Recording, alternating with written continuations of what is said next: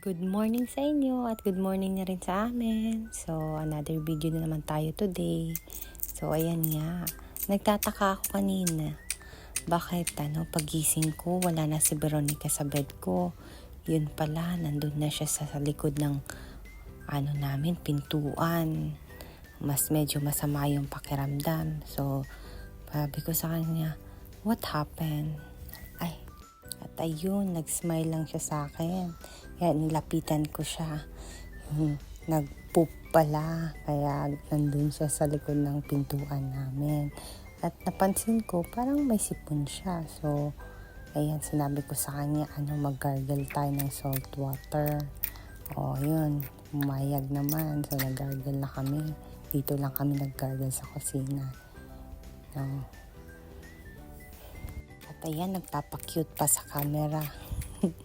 Ayan, after naman kami nag-gargle, ayun, sinabi ko sa kanya, nebulize kami. So, ayun, pumayag siya. Yan, sinimulan na niya. At parang true, tingnan mo nga. Ni-check pa niya kung may medicine pa sa loob. See? Behave na behave siya.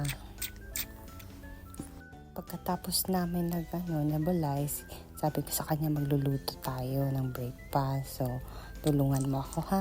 O, ayan. Obedient naman. Start na niya akong tulungan. Yan. Iniisa-isa na kumuha na siya ng kamatis at onion. Nilutusan ko siya. Siya daw gagawa. Siya daw mag-slice. So, sige, go Veronica. Ha? Be careful. Napaka-confident pa. Panay sabi pa, I will do it. Okay? Ingat. At ayan, sinimulan na namin ni Veronica maggayat ng mga vegetables.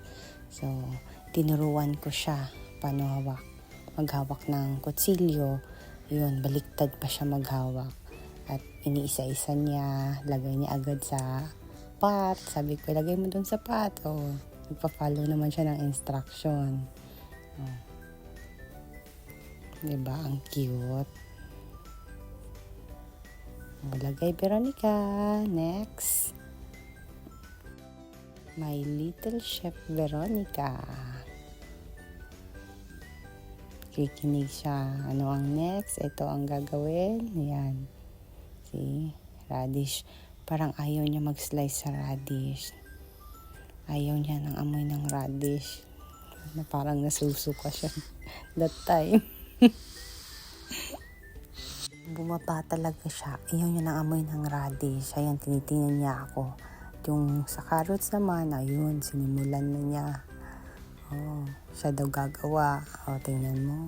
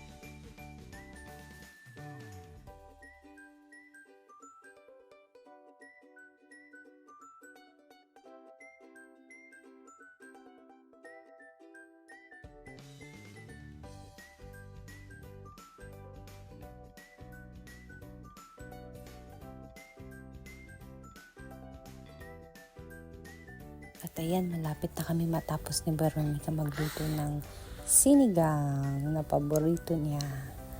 Maya-maya at gumising na din si Mahaber. So, inatid lang ng ating sa kusina. Matutulog daw siya ulit. Yun. Nandyan na. Good morning, Mahaber. Fast forward tayo. Tapos na lahat. Ito, gumising na ang ating nila. Late na gumising. Itong dalawa tapos nang pihis. Lahat-lahat. Pero ang ate kakagising lang. Yan. Gino-joke pa niya si Veronica. Magsisitap daw silang dalawa. Kaso hindi kaya ni Veronica. Tinuturuan niya, dapat ganyan, Veronica, dapat ganito, di ba? So, sinimula na ni ate mag-demo kay Veronica. Tuwang-tuwa. Sabi niya, siya na naman daw. Tinry niya. Position Veronica. Yan. Kakaibang sit-up kay Veronica. Tingnan mo yung kamay niya. Diba? Nakakatuwa yung mga anak ko. So, hanggang dito lang muna. Maraming salamat sa inyo. Bye!